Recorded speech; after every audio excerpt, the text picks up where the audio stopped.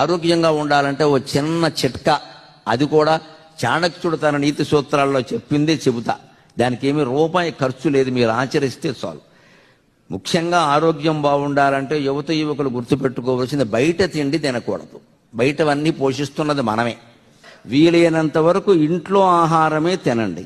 ఇంకా మీ వయస్సు వాళ్ళకి చేసి పెట్టడానికి ఇంట్లో తల్లి అనే పదార్థం సిద్ధంగా ఉందమ్మా. చాలామంది మనం అదృష్టవంతులం, తినమని కోరే తల్లులు ఇంకా చాలామందికి ఉన్నారు. నాన్న తిని వెళ్ళరా, బయటికి ఎడుతుంటే తిని వెళ్ళరా అంట. మనం ఏమంటాం, మా ఫ్రెండ్స్ మేవుతంటా, నువ్వు తినే. ఒకవేళ ఏదైనా తప్పనిసరి కావచ్చు, మొహమాటం కావచ్చు, సరదా ఉండొచ్చు, తిన్నా కూడా ఆరోగ్యం పాడవకుండా ఉండాలంటే ఏం చేయాలో తెలుసా? చాణక్యుడు చెబుతున్నాడు. అజీర్ణే భోజనం వారి జీర్ణే వారి బలప్రదం, అజీర్ణం భోజనే వారి